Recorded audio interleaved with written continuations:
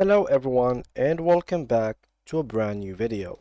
In today's tutorial guys, I will be showing you how to locate the end structure or city within the Minecraft end world. So first of all, we need to go ahead and kill the dragon. Of course, we have to locate the end portal and go and kill the dragon.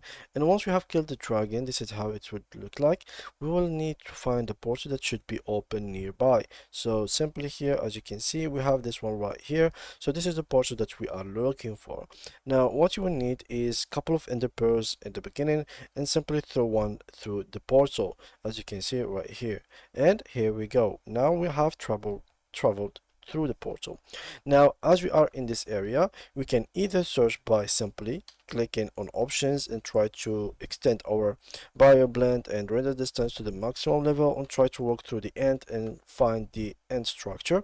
In case you don't want to go through all of this and find it the easy way, then simply you can write this command slash locate structure and city.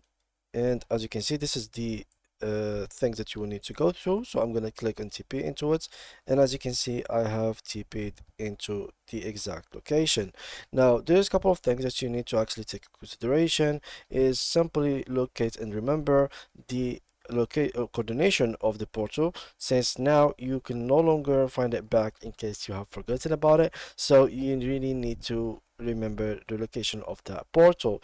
The second thing is you can get multiple locations through this. You can relocate some another space, so you can literally just keep using this command over and over, and you will keep finding new location as if you're going. But this is like a command, so normally in survival you wouldn't use this command. You will simply try and extend your view distance and locate the in city structure. So thank you guys all for watching, and see you in the next video.